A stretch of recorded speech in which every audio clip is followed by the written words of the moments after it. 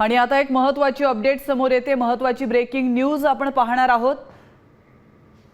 नागपुरात काँग्रेस नगरसेवकाच्या घरावर गोळीबार करण्यात आलेला आहे। अज्ञाताकडून शुभम मोटघरेंच्या घरावर गोळीबार झाल्याची माहिती समोर येते। गोळीबाराची घटना सीसीटीव्ही कॅमेऱ्यात कैद झाली आहे। या क्षणाची अतिशय मोठी बातमी आपण पाहतोय।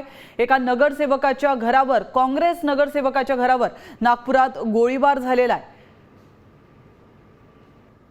अज्ञाताकडून शुभम मोटघरे यांच्या घरावर गोळीबार करण्यात आलेला आहे आणि ही संपूर्ण घटना सीसीटीव्ही कॅमेऱ्यात कैद झाली आहे। आताची धक्कादायक दृश्य आपण पाहू शकतो। नागपूरमधली ही दृश्य आहेत। काँग्रेस नगरसेवक मोटघरे यांच्या घरावर गोळीबार करण्यात आलेला आहे। हा गोळीबार नेमका कोणी केलेला आहे हे अद्याप कळू शकलेलं नाहीये, मात्र पोलीस आता अधिक तपास करतात।